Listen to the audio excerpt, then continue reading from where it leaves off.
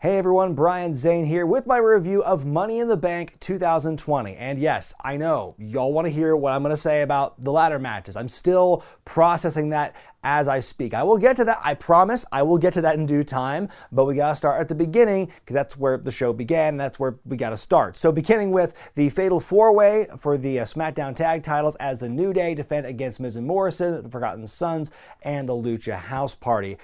This match, much like the 8-man tag team match we saw on Friday, I enjoyed this one particularly because of the athleticism involved by like the Lucha House Party guys and by John Morrison specifically, and also the New Day getting involved as well. Insane front flipping C4 by John Morrison to Metalik, landing on everyone else on the outside. The Forgotten Sons looked really good here. I thought they and Lucha House Party, I think, really stepped up their game overall in this matchup here. Cutler's hit with a big double stomp at one point by Kofi. Sons hit their terrible double team finisher on Big E. Miz makes a blind tag. He and Morrison almost win, but it gets broken up. Luchadors with some big flying attacks. Poor Big E just getting rattled here.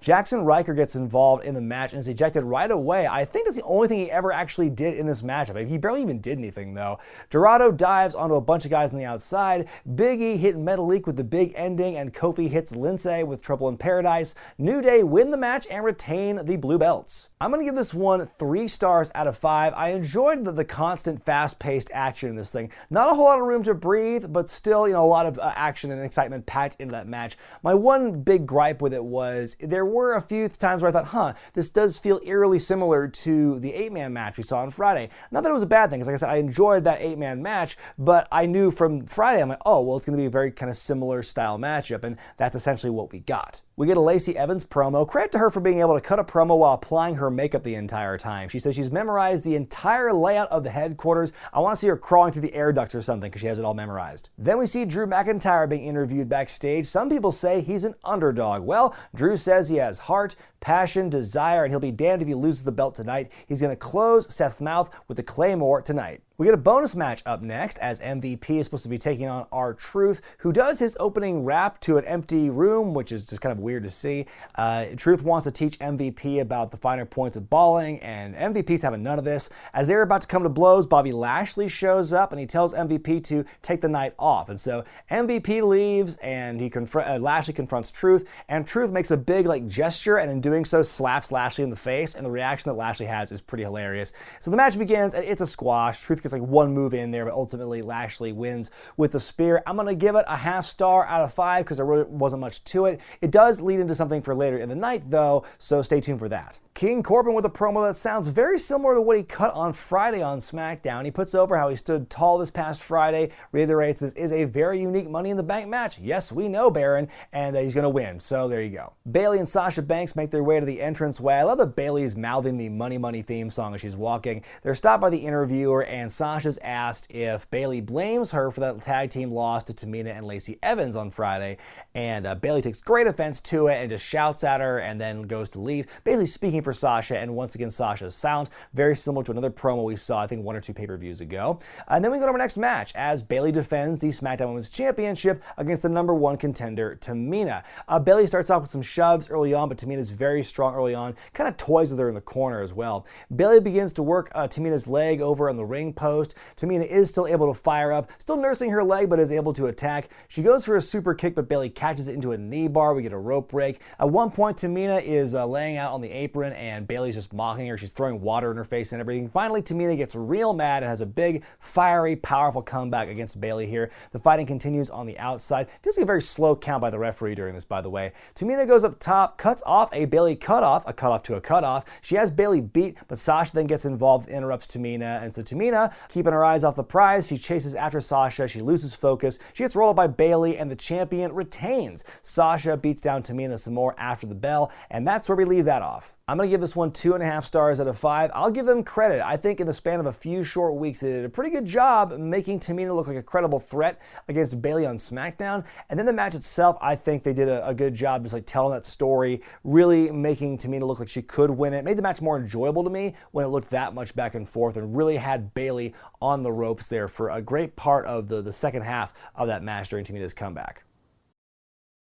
In his most soothing voice possible, Seth Rollins cut in a promo backstage saying he admires Drew McIntyre's courage in facing him tonight. He says he will unburden Drew of the championship. It is his cross to bear. Again, more of the Jesus allegory. Not just for Drew's good, but for the greater good. The greater good. Shut it! Braun Strowman defended the Universal Championship against Bray Wyatt here. The big story is, they have their history as part of the Wyatt family, and Bray wants to bring Braun home. He created Braun. He wants him to come back into the fold and, of course, win the championship. And so as the match begins, Braun's a big, strong boy, takes down Bray with some shoulder tackles. He goes for his running tackle on the outside, but Bray dodges him, so Braun just tumbles into the announce table. Huskus the Pig Boy shows up and cheers Bray on as Wyatt hits the DDT on the floor. Wyatt begins to get emotional as he beats on Braun, saying, "Look what you made me do," like a remorseful parent.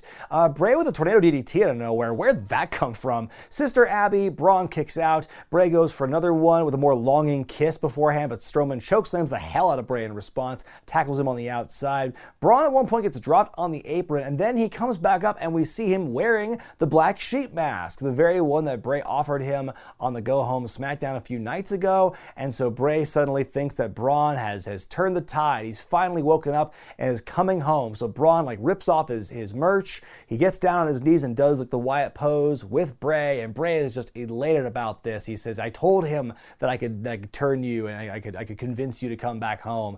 I think he's referring to The Fiend, obviously. We see the other puppets from Firefly Funhouse show up. We see Mercy the Buzzard. We see Abby the Witch. We see Ramblin' Rabbit. They're all happy about this. But then all of a sudden, Braun rips the mask off. He gets up, he stomps on the mask, and then he hits Bray with the running power slam after having lured him into his ruse. And so Strowman wins and retains. I give it 3 stars out of 5. The match itself was just okay, but the story is what really hooked me in. I think Bray was so engaging and charismatic the entire time. You really couldn't take your eyes off him as everything was going on here. I enjoyed what they did, not just the build for this match in the weeks leading up to it, but also just the story they told here individually, because Braun showing up with a mask was something I expected the mask to play a part in this thing, but I didn't quite expect that kind of twist where Braun, you think he's turned to the dark side, he's going to join Bray, but then, it turns out, it's an elaborate trap. He's the one playing mind games on Bray now, so cool to see Braun get the leg up on Bray in that regard. But then what really took me aback was the look that Bray had after the match. This is kind of staring off in the middle distance. He looks so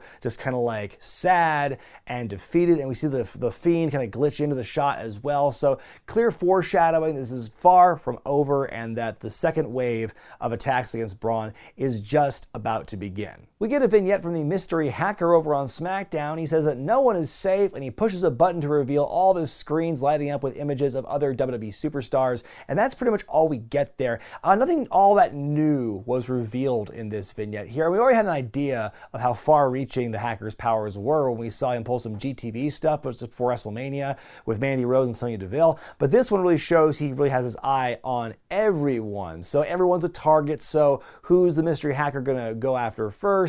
It really kind of leaves it open-ended, and so we'll have to see where it goes from there. WWE Championship on the line up next as Drew McIntyre defends against Seth Rollins. And speaking of the Monday Night Messiah, Seth's got brand new theme music. It's very ethereal, very messianic, very much more in line with his character currently than his Burn It Down theme. Drew starts out very strong here, but Seth attacks the knee and then hits a dive to start taking over, working the leg with a crab into an STF. More dives to the outside, including a few big old knees by Rollins. Some trash talk by Seth about Destiny, baby. Drew finally catches him in midair and throws him into the announce table. Drew makes a comeback, wants to go for the Claymore, but Rollins gets out of the way. He gets his kicks in, but Drew kicks out at 1 from the kick to the head. A frog splash, kick out at 1 again. Seth grabbing a chair, but he has second thoughts. They fight a little more, big old superplex into a Falcon Arrow, and Drew still kicks out. Drew's caught in the Tree of Woe, but has the strength to backflip Rollins off the top face first landing. The Claymore attempt is stopped with a super kick. Seth hits the stomp, and we get a kick out from that. Seth goes to the stomp one more time, but Drew gets out of the way, hits the Glasgow Kiss. Seth responds right back with a super kick, and here comes the Claymore right after that. Drew wins and retains the championship. I give it 4.5 stars out of 5. I loved this matchup. This was a great chemistry here, great work between Seth and Drew. Seeing Drew just take everything Seth gave him and still kicking out of things was really impressive. We knew he was tough the way he kicked out of the F5s at WrestleMania, but for him to just absorb all that stuff from Seth and still go on and beat him so decisively, if that doesn't make him look like a strong mofo, I don't know what does. There were some really fun moments throughout the match. The closing sequence alone got a big pop out of me.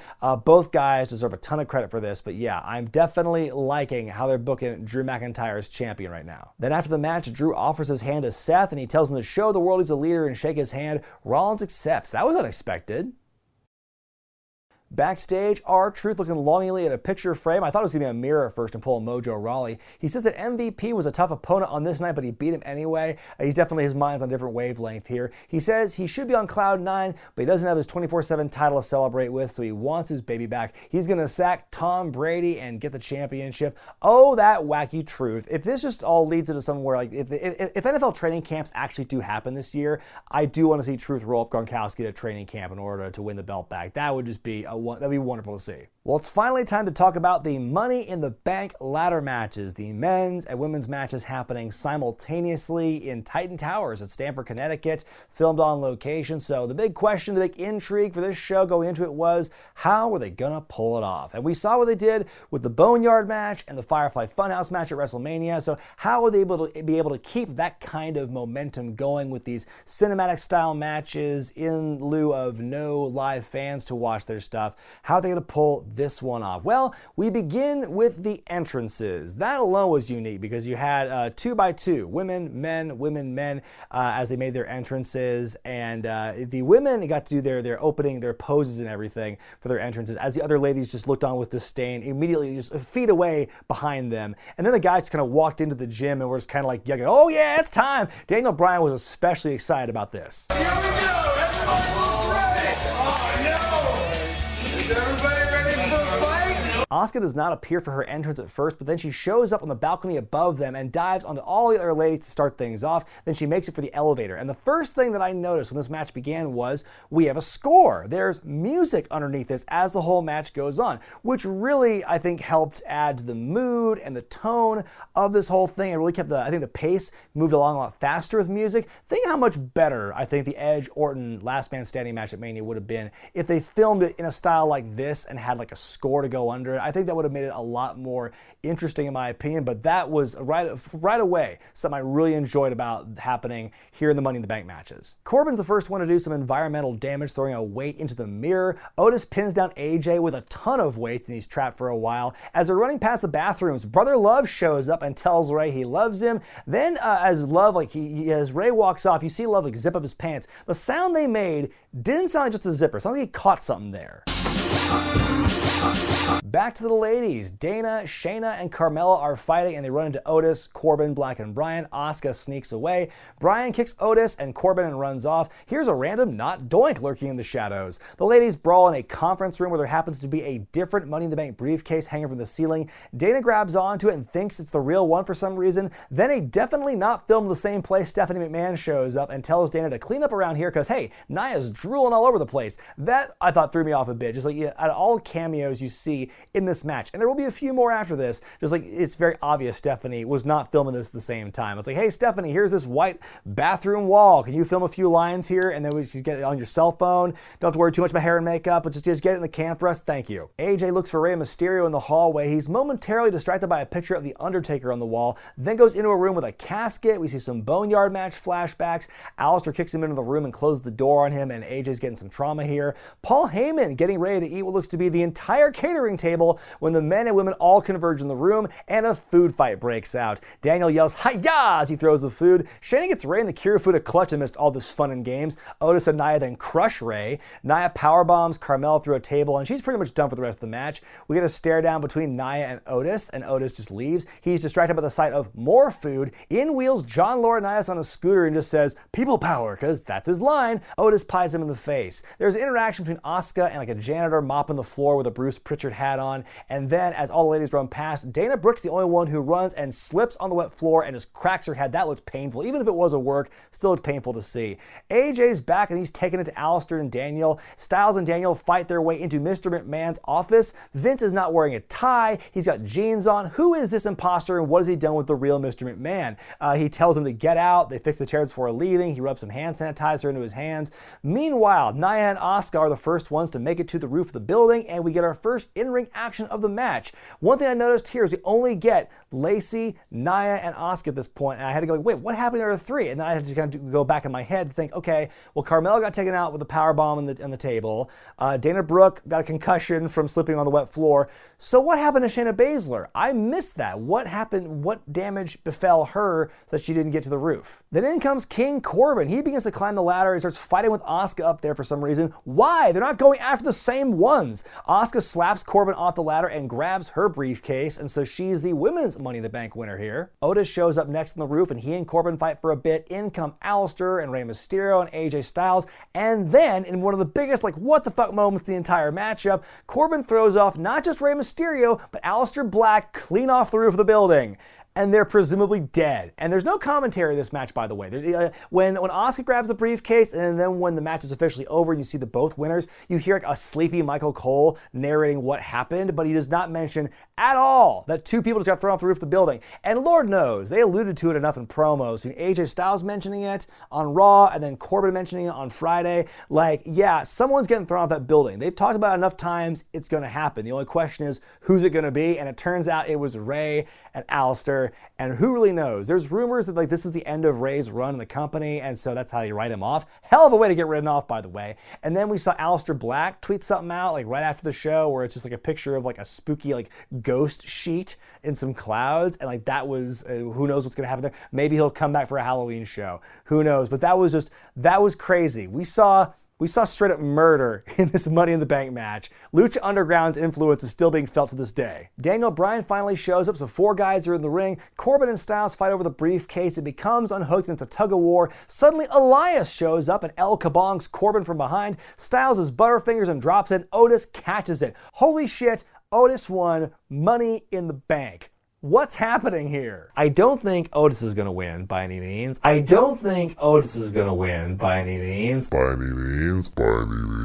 mean, what a year it's been for the big man. From having a match at WrestleMania, winning the heart of Mandy Rose, and now winning the briefcase. That's just been an incredible 60 days for Otis here. But I will say King Corbin should probably lay low for a while, find a safe house somewhere, because I'm pretty sure he's wanted for murder. I give this one 4.5 stars out of 5. I'm pretty sure this is my favorite Money in the Bank match of all time, if not in recent memory, because again, WWE knocked it out of the park when it comes to their cinematic style matches. The whole thing was just fun and insane from beginning to end. I loved how they used their environments. I loved most of the cameos. I thought that the interactions they had with each other, when the men and the women were in the same rooms together, were pretty entertaining. Yeah, I laughed a lot in this thing, and I was just blown away by what I saw in this. This was just a fun match. It was a fun main event, and a really different take on the Money in the Bank ladder matches. We just saw there's a totally different, unique spin on it, and I'm not saying they should do it every year,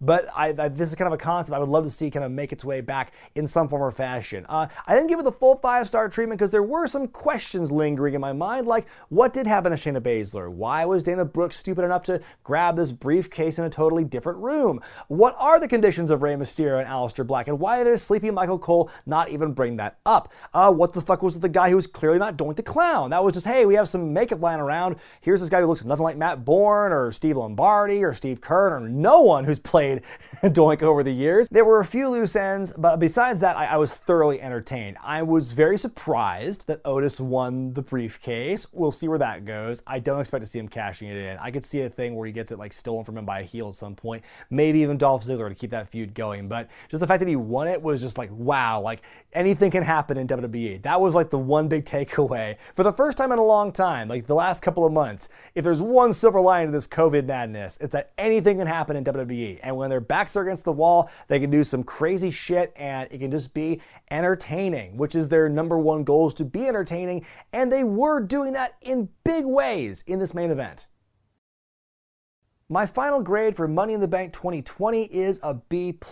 Everybody wanted to know just how they'd pull off those Money in the Bank ladder matches. I think they did a terrific job with it. They did a lot of stuff in those matches, that one match I should say, it's 2 matches in one. They're going to have a lot of people talking about it for a very long time, especially with one of the winners being someone that most would never have expected. I really enjoyed Strowman versus Wyatt, not so much for the match itself, but the story they told in it.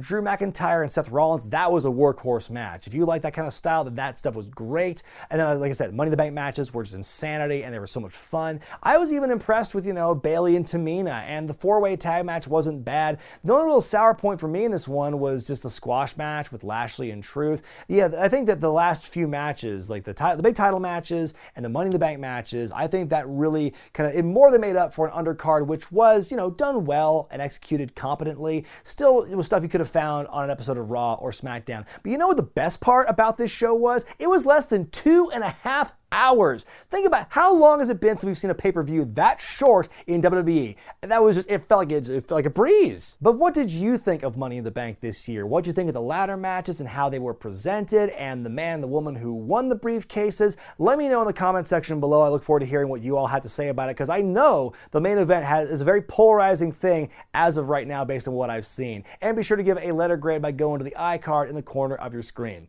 I'm Brian Zane, and I'll see you next time.